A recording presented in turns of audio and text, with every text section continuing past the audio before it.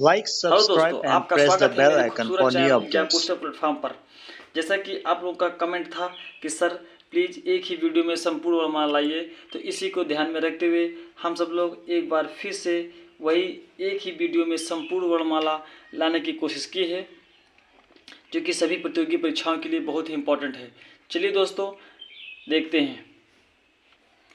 भाषा की सबसे छोटी इकाई क्या है? तो भाषा की सबसे छोटी इकाई वर्ड है। वर्ड जो कि अक्षर से मिलकर बना है, अक्षर से मिलकर बना है। अगर बात करते हैं स्वर की संख्या, तो स्वर की संख्या कितनी होती है? तो स्वर की संख्या आपकी 11 होती है। वही अगर बात करते हैं मात्रा की, तो वो होता है 10 की। क्यों 10 की होती है? क्योंकि आ की कोई स्वर नहीं होती है, आ की कोई स्वर नहीं होती है। स्वर के प्रकार कितने प्रकार के होते हैं? बात करते हैं स्वर, तो स्वर के 3 प्रकार होते हैं: हास स्वर, दीर्घ स्वर और प्लुप्त स्वर। बात करते हैं हास स्वर। हास स्वर ये होते हैं, इनकी संख्या होती है 4। इनको मूल स्वर भी कहते हैं, जैसे कि आ, ई, उ और ऋढ़। इसको दोस्तों अगर ट्रिक से याद करें तो ये आ, ई, वाई, यू, आप इसको आयुर से याद कर सकते हैं। स्वर, हास स्वर या मूल स्वर को आप आयुर से याद कर सकते हैं। वही दीर्घ स्वर की बात करते हैं तो बड़ा आ, बड़ी ई, बड़ा उ, ए, आए, ओ और औ, इसकी संख्या होती है टोटल 7। वही प्लुप्त स्वर की बात करते हैं तो ये होता है आपका ओम।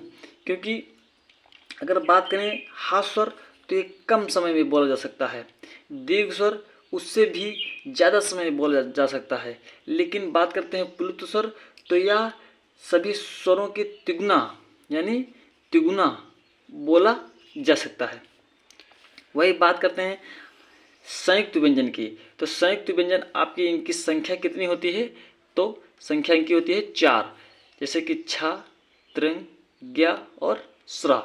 अगर बात करते हैं ये किस किस से मिलकर बना है, तो का प्लस सा से मिलकर बना है, ता प्लस रा से मिलकर बना है, जा प्लस या से मिलकर बना है और सा प्लस र से मिलकर बना है। दोस्तों आपको बता दें कि कहीं कहीं कोई एग्जाम में ये दिया रहता है कि ताकि ये कौन सा सही है, यानी जो का पे हलंत लगा है तो सा पे नहीं होगा, अगर सा पे लगा है तो का पे नहीं होगा। तो दोस्तों प्लीज़ इसको बहुत ही ढंग से देखिएगा कि कहाँ पे कौन सा हलंत लगता है। वही बात करते हैं दोस्तों विसर्ग की, तो विसर्ग जो होती है आपकी आह होती है, यानी जो पीछे 2 बिंदियाँ होती हैं उसी को विसर्ग का सिंबल कहा जाता है। बात करते हैं अनुस्वार। अनुस्वार जो आपका होता है अन्न की बिंदी होती है, किसकी? अंग, जैसे अन्न की बिंदी होती है। वही अगर बात करते हैं अनुनासिक की, तो इस पर क्या होता है? चांद, चांद की बिंदी होती है, जैसे कि आपका चांद लिखा हो, ठीक है। और जो पंचमा अक्षर होते हैं एम, या, मा, इणा, ना, मा, इनको कहते हैं पंचमा अक्षर, जो कि नाक से बोले जाते हैं, यानी नासिक अक्षर हैं। वही बात करते हैं आगत स्वर, तो आगत स्वर कौन होते हैं? तो बड़ा आ, यानी जो आपका ये लगा होता है बिंदु, तो इसको कहते हैं आगत स्वर। वही बात करते हैं जीवा के आधार पर स्वर। आज बात करते हैं जीवा के आधार पर स्वर, तो वो 3 प्रकार के होते हैं। कौन कितने प्रकार के? 3 प्रकार के, जैसे कि आपका अग्र स्वर हो गया, मध्य स्वर हो गया और पश्च स्वर हो गया। बात करते हैं अग्र स्वर की, तो इसमें छोटी, बड़ी, ए, आए, ये आपके 4 आते हैं। वही मध्य स्वर की बात करते हैं तो केवल आ आता है। वही पश्च स्वर की बात करते हैं तो बड़ा आ, उ, बड़ा उ, ओ, औ और आगत वर्ण, इसमें जो है पश्च स्वर में ये आते हैं। वही बात करते हैं होंठ के आधार पर स्वर का वर्गीकरण, तो इसमें कितने होते हैं? तो इसमें इनकी संख्या कितनी होती है? 4 होती है, जैसे कि आपका समृद्ध स्वर, अर्ध समृद्ध स्वर, विपरीत स्वर और अर्ध विपरीत स्वर। इसमें कौन कौन से स्वर आते हैं? जैसे कि बड़ी ई, बड़ा ऊ आता है। अर्ध समृद्ध स्वर में छोटी ई, छोटा ऊ आता है। और विपरीत स्वर में बड़ा आ, ए और औ आता है। अर्ध विपरीत स्वर में ए, आ, ओ और आ आता है। बात करते हैं दोस्तों कुछ कुल वर्ण की, तो कितने होते हैं? 52 होते हैं। लेकिन 52 किस तरह होते हैं? यानी कि 39 व्यंजन होते हैं। कितने होते हैं दोस्तों? 39 व्यंजन होते हैं और 13 आपके क्या होते हैं? स्वर होते हैं। 13 आपके क्या होते हैं? स्वर। यानी टोटल आप कितने होते हैं? 52। वही बात करते हैं मूल वर्ण की। अगर कुल वर्ण पूछा जाएगा तो आप टिक लगाएंगे 52 पे, लेकिन अगर मूल वर्ण पूछा जाएगा तो आप टिक लगाएंगे 44 पे, क्योंकि उसमें क्या होता है? 33 व्यंजन होते हैं और 11 स्वर होते हैं। होती है तो 33 होती है। व्यंजन के प्रकार देख लेते हैं तो कितने होते हैं? 3 होते हैं। वैसे संयुक्त व्यंजन को मिलाकर 4 बोला जाता है, लेकिन होते 3 हैं। पहला अंतस्थ व्यंजन, ऊष्म व्यंजन और स्पर्श व्यंजन। तो अंतस्थ व्यंजन कौन कौन होते हैं? या, र, ला और वा।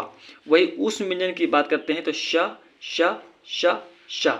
दोस्तों इसको बता दें कि ये ऊष्म संघर्षी व्यंजन भी इसे कहते हैं। स्पर्श व्यंजन क्या कहते हैं? का से मा तक, यानी इसकी टोटल संख्या जो होती है वो 25 होती है। बात करते हैं अर्धस्वर कौन कौन होते हैं? तो या और वाह, ये आपके अर्धस्वर होते हैं। लुंठित या प्रकंपित कौन सा व्यंजन होते हैं? तो रा जो है वो आपके लुंठित और प्रकंपित होते हैं। वही अगर पार्श्विक व्यंजन की बात करें तो वहाँ पे ला होता है। अगर बात करते हैं द्विगुण और उच्छिष्ट व्यंजन की तो डा और ढा। जैसे कि यहाँ पे उदाहरण है जच्चा और बच्चा, जच्चा बच्चा, यानी जो शब्द 2 बार रिपीट हो उसे कहते हैं द्विगुण व्यंजन। बात करते हैं पंचमाक्षर की तो ये क्या होता है? ई ङ म ई ण न म। ये आपके 5 टोटल होते हैं, 5। इसको कहते हैं पंचमाक्षर। और ये नासिक द्वारा बोले जाते हैं, नासिक द्वारा बोले जाते हैं।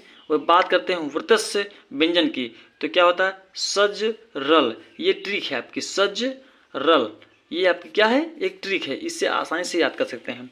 बात करते हैं काकल्य वर्ण या स्वर यंत्रीय व्यंजन किसको कहते हैं? हा को कहते हैं। ये हा को आप काकल्य वर्ण या स्वर यंत्रीय व्यंजन भी कहते हैं। वही बोलते हैं दंतोष्ठ व्यंजन को तो वाह को दंतोष्ठ व्यंजन कहते हैं। अयोग वाह वर्ण ये 2 होते हैं। इनकी संख्या कितनी होती है? 2। एक होता है अन और एक होता है आह। बात करते हैं दोस्तों कुछ उच्चारण स्थान, जैसे कि कंठ, तालव्य, मूर्धा, दंत, ओष्ठ, कंठ तालव्य, कंठोष्ठम, दंतोष्ठम और पंचमाक्षर। कंठ तालव्य की बात करते हैं तो इसमें का वर्ग पूरे आते हैं और आ, बड़ा आ, हा विसर्ग इसमें आते हैं। और तालव्य में बात करते हैं तो पूरा चा वर्ग आता है और छोटी, बड़ी, या और सा आते हैं। वही बात करते हैं मूर्धा की तो पूरा टा वर्ग आता है और ऋढ़, र और सा आता है। वही बात करते हैं दंत तो तब पूरा ता वर्ग आता है और ला आता है और सा आता है। अगर ओष्ठ की बात करते हैं तो पा वर्ग आता है, ऊ आता है और बड़ा ऊ आता है।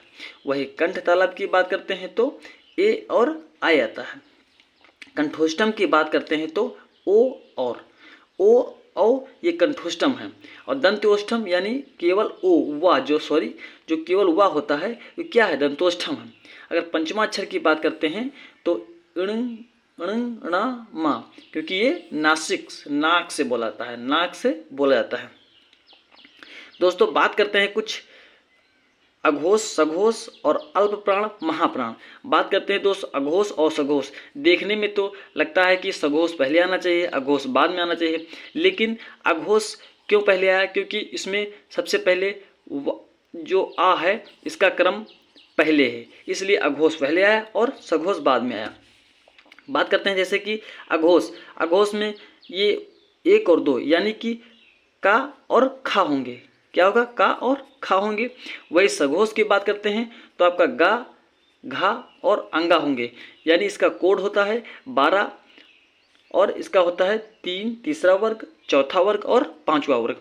वही बात करते हैं अल्प प्राण की तो इसमें क्या होता है? पहला वर्ग, तीसरा वर्ग और 5वां वर्ग आता है। वही महाप्राण की बात करेंगे तो आपका चौथा वर्ग आएगा और पांचवा वर्ग आएगा। अब चलिए बात करते हैं, बहुत ही कन्फ्यूजन क्वेश्चन रहता है कि शा शा हा और या रा ला वा किसमें किसमें होते हैं। तो बात करते हैं शा शा हा ये आपके महाप्राण होते हैं और या रा ला वा ये आपके अल्प प्राण होते हैं। यही बात करते हैं, जो या रा ला वा हैं तो अल्प प्राण, लेकिन किस में आते हैं, सघोष वर्ण में आते हैं। किस में आते हैं, सघोष वर्ण में आते हैं। वही बात करते हैं शा शा शा ये हैं तो महाप्राण, लेकिन किस में आते हैं, अघोष वर्ण आते हैं। दोस्तों आपको बता दें कि यहाँ पर आप क्रॉस का निशान लगाएंगे ताकि आप समझ सकें कि अल्प या रा ला वा है तो अल्प प्राण, लेकिन वो किस में आएंगे, सघोष में आएंगे। बात करते हैं सघोष, तो सारे स्वर सघोष हैं, जितने भी स्वर होते हैं वो कौन सा है, सघोष हैं। और ये सा सा हा ये है तो महाप्राण, लेकिन किस में जाएंगे, वो आपके अघोष में जाएंगे। अगर बात करते हैं हा की, तो हा सघोष है तो महाप्राण और सघोष ये दोनों में आता है महाप्राण, लेकिन ये जाता कहाँ पे है, सघोष में जाता है। दोस्तों हमको उम्मीद है कि आपको ये इतना चीज़ बहुत अच्छे से समझ में आया होगा। बात करते हैं, चल के आगे देखते हैं अमात्रिक शब्द किसे कहते हैं। तो अमात्रिक शब्द जैसे कल रो ये क्या है, अमात्रिक यानी या बिना मात्रा के है। वही बात करते हैं नवीन विकसित ध्वनि कौन कौन होती हैं। तो नवीन विकसित ध्वनि आपकी खा होती है और क्या होता है, गा होता है। वही अमानक वर्ण, तो अमानक वर्ण क्या होता है, केवल माँ। इसको दोस्तों रट लीजिए क्योंकि केवल माँ होता है और अमानक वर्ण ऐसा पूछा जाएगा एग्जाम में कि अमानक वर्ण कौन है, तो अमानक वर्ण क्या होगा, आपका माँ होगा।